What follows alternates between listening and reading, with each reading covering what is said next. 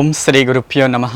ప్రపంచమంతా శారీరకంగా, మానసికంగా, ఆధ్యాత్మికంగా ఉన్నతమైన స్థితికి చేరి ఆరోగ్యంగా బ్రతకాలనే ఉద్దేశంతో మన భారత ప్రభుత్వం 2015లో మొట్టమొదటిసారిగా ఐక్యరాజ్య సమితిలో ఈ భారతీయ సంస్కృతిలో భాగమైన యోగాకి ఒక రోజు కావాలని, ప్రపంచమంతా యోగా దినోత్సవాన్ని జరుపుకోవాలనేటువంటి సూచనతో మొట్టమొదటిసారిగా నరేంద్ర మోడీ గారి యొక్క ఆధ్వర్యంలో యోగా డే అనేది మొదలైంది.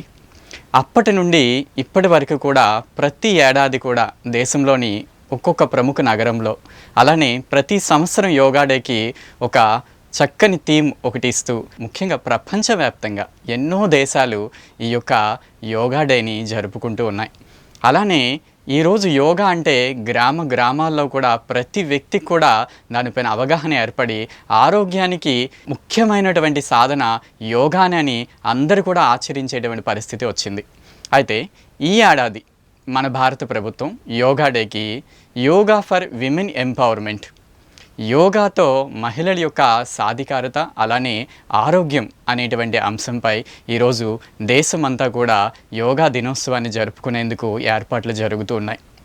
అదేవిధంగా మన కాకినాడలో ముఖ్యంగా ఎన్నో ఏళ్ళుగా ఈ యోగా రంగానికి సేవ చేస్తూ యోగాపై ప్రజలకి అవగాహన కల్పిస్తూ ఉన్నటువంటి ఆదుగురు యోగపీఠం, అదేవిధంగా D5 ఛానల్ వారి యొక్క సంయుక్త ఆధ్వర్యంలో కాకినాడలోని ప్రముఖ సేవా సంస్థలతో కలిసి ఈ యోగాపై అవగాహన కార్యక్రమాలు నిర్వహిస్తున్నాము.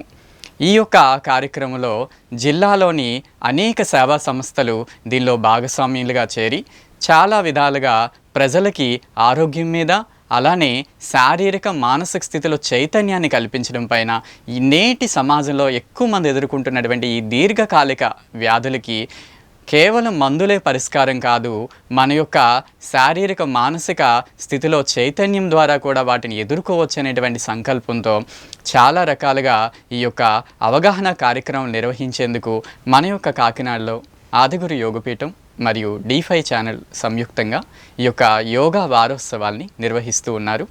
మరి ఈ కార్యక్రమంలో మీరందరూ కూడా భాగస్వాములై సమాజంలో ఆరోగ్యం పైన, యోగా పైన అవగాహన కల్పించే ఈ చక్కని కార్యక్రమాన్ని జయప్రదం చేస్తారని ఆశిస్తూ ఉన్నాము.